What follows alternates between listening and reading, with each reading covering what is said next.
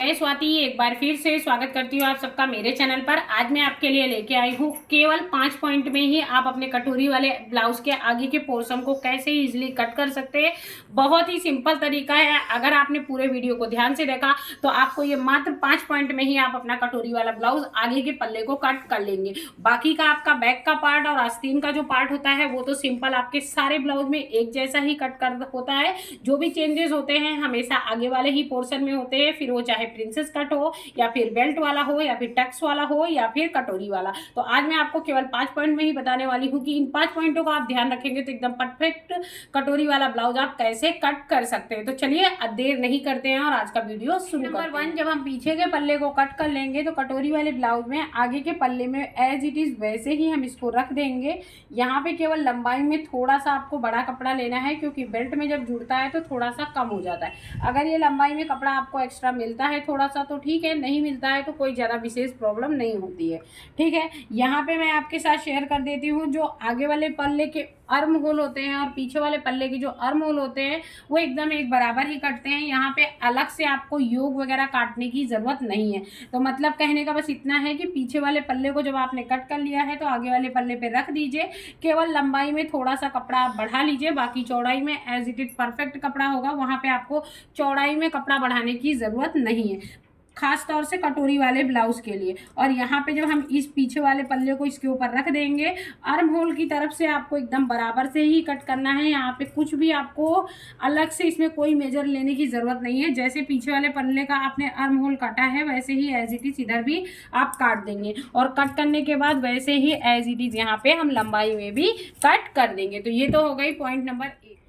अभी point number 1 में arm hole cut गया, साइड का पोर्शन कट गया। पॉइंट नंबर 2 में मैं आपको बता देती हूँ, यहाँ पे जो आपको नेक की लंबाई रखनी है, जैसे हमको यहाँ पे जो मेरे कस्टमर हैं उनके हिसाब से यहाँ पे हमको 6 इंच लंबा गला रखना है। तो 6 इंच पे मार्क लगा लिया है। और जो नेक की जो चौड़ाई है यहाँ पे आपको, मेरी जो नेक की चौड़ाई वो ज़्यादा ब्रॉड नहीं है, एज इट इज़ 3.25 पे ही है। तो यहाँ पे हमने इसी हिसाब से यहाँ पे रखा हुआ है। जितनी हमको पीछे की ब्रॉडनेस चाहिए वैसी ही एज इट इज़ यहाँ पे हमको आगे की भी नेक की उतनी ही ब्रॉडनेस चाहिए। और जो आर्म होल जो शोल्डर का भाग है वो भी बराबर होना चाहिए, इसलिए आगे के पोर्शन में भी हमको कोई चेंजमेंट नहीं करनी है। तो स्टार्टिंग के 2 जो पॉइंट हैं वो तो बहुत ही ज़्यादा सरल हैं, आप इजीली इनको कट कर लेंगे। अगर आपको पॉइंट में जैसे कोई चीज़ समझाई बताई जाती है, जैसे मैं भी पहले क्लासेस जैसे लेती थी, तो क्लासेस में भी जैसे पॉइंट वाइज आप समझा देते हैं ना किसी को, तो बहुत ही ईजी तरीके से आपको समझ में आ जाता है। इसलिए मैंने आज आपके लिए ये कटोरी वाले ब्लाउज का पॉइंट वाइज आपको ये समझाने की कोशिश की है। तो पॉइंट नंबर 1 है आर्म होल के साइड से आपको कट करके नीचे तक कट कर लेना। पॉइंट नंबर 2 है कि पीछे वाले पोर्शन से अगर आपको आगे वाले पोर्शन का नेक कम रखना है तो नेक की कम की लंबाई आप नाप लीजिए। जैसे आपको 6 इंच रखना है, 6.5 रखना है, तो यहाँ पे आप लंबाई नाप लीजिए और लंबाई का निशान लगा करके सेम ऐसे ही यू शेप में आप उसको राउंडिंग दे करके और वहाँ से आप कट कर दीजिए। तो अब यहाँ पे ये हो गया मेरे पीछे का पोर्शन और ये हमारा आ गया आगे का पोर्शन। तो ये तो हो गया पॉइंट नंबर 2। अब हम देख लेते हैं पॉइंट नंबर 3। पॉइंट नंबर 3, यहाँ पे सबसे पहले जिस भी ब्लाउज से आप नाप ले रहे हैं ब्लाउज को अच्छे से फैला लीजिए। यहाँ पे आगे का जो आपका बेल्ट का पार्ट है यहाँ पे आप नाप ले लीजिए। ये देखिए ये हमारा 4 इंच आगे से है, ठीक है। पीछे से ये हमारा 3.5 इंच है, ठीक है। तो यहाँ पे आपको क्या करना है, 5 इंच आगे से लेना है। 5 इंच आगे से क्यों लेना है ये भी आपको यहाँ पे ही क्लियर कर देती हूँ। आधा इंच ऊपर सिलाई में चला जाएगा, आधा इंच नीचे सिलाई में चला जाएगा, तो वो आपका 4 इंच ही बचेगा। आगे यहाँ पे आपको क्या करना है, 3.5 था, यहाँ पे 3.5 था, यहाँ पे हम लगाएंगे 4.5 इंच पे 1 इंच बढ़ा के। वही सेम मेथड यहाँ भी है, आधा इंच ऊपर चला जाएगा, आधा इंच नीचे चला जाएगा।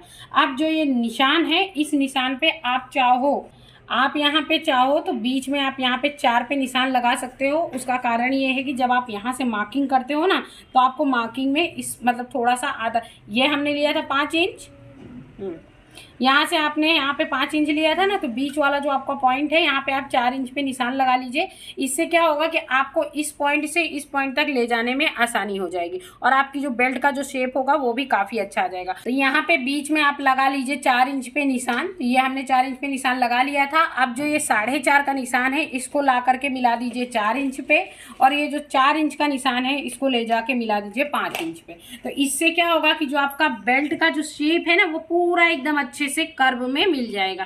केवल आपको कुछ नहीं करना है, बीच वाला जो पॉइंट है यहाँ पे 1 इंच कम कर देना है। जैसे आगे का 5 इंच की कटिंग है तो बीच की आपको 4 इंच पे निशान लगा लेना है और ये 5 इंच का निशान 4 पे मिला दीजिए और ये 4 वाला निशान उठा करके यहाँ पे 4.5 पे मिला दीजिए। तो इससे क्या है, बहुत ही परफेक्ट।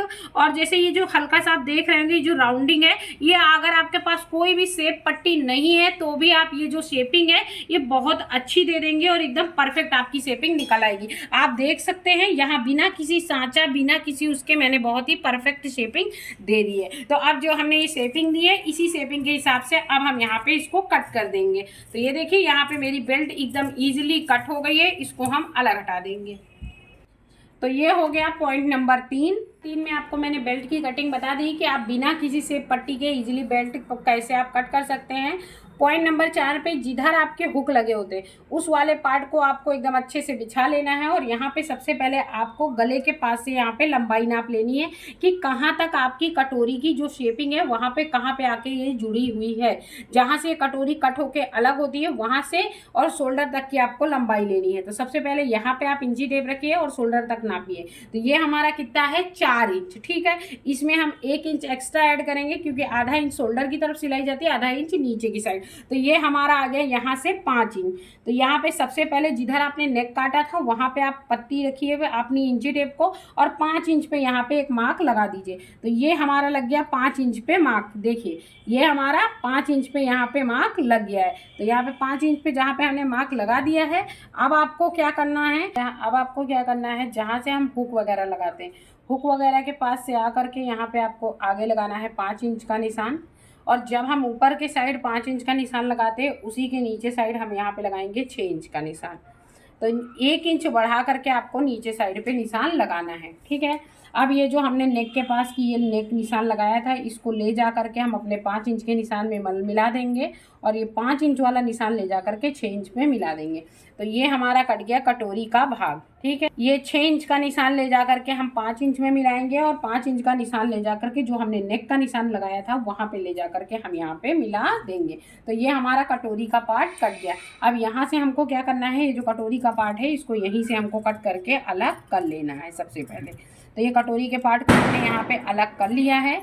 तो यहाँ पे मैंने कटोरी का ये पॉइंट पूरा अलग कर लिया है। अब ये मेरी जो कटोरी है ये हमारे साइज के हिसाब से बहुत छोटी है तो इसको हम साइड में रख देंगे। और ये चार पार्ट में आप देख सकते हैं मैंने योक का पोर्शन कट कर लिया है, ये हमारा बेल्ट का पोर्शन कट कर लिया है और बहुत ही सिंपल है। और 5वें पॉइंट में मैं आपको कटोरी की कटिंग भी बता देती हूँ। मात्र 5 पॉइंट में ही आप अपना कटोरी के ब्लाउज को कट कर लेंगे। अगर ये 5 पॉइंट आपको एकदम क्लियर समझ में आ गए तो यकीन मानिए आप एकदम परफेक्ट ये कटोरी कट कर लेंगे। तो यहाँ पे जो मेरी छोटी वाली कटोरियां हैं इनको हम साइड में रख देंगे। पहले हम कपड़ा बिछा लेते हैं। Point number 5 final and last point है ये हमारा। यहाँ पे जो हमने कटोरी हमारे ब्लाउज के साथ से निकली हुई है, इस कटोरी को आपको किसी भी अपने ब्लाउज की जो आपका अस्तर है उस पर आपको रख लेना है। कोशिश करना है कि आप मतलब कपड़े को ऐसा सेट करिए कि जो आपका कपड़ा हो वो थोड़ा सा और हो, जैसे हम इसको खींचे ना तो ये हल्का सा बढ़े।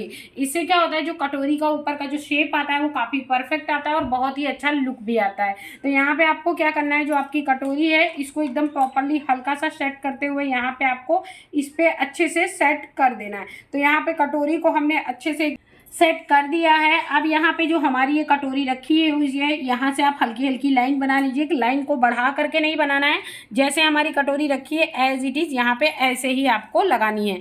अब आपको क्या करना है, यहाँ से आपको कटोरी का 1 इंच बढ़ाना है। ठीक है, तो यहाँ पे 1 इंच बढ़ाएंगे, नीचे साइड भी 1 इंच यहाँ पे कटोरी को हम बढ़ा लेंगे। ठीक है, अब जब हमने यहाँ पे कटोरी को 1 इंच बढ़ा लिया है तो ये जो नेक के पास है, यहाँ जो नेक का पार्ट है इसको भी हमको नहीं बढ़ाना है। ठीक है, तो यहाँ पे जो नेक का पार्ट है ये वाला आप हल्का सा शेपिंग में पहले हम ये वाले पॉइंट पे आके यहाँ पे मिलाएंगे।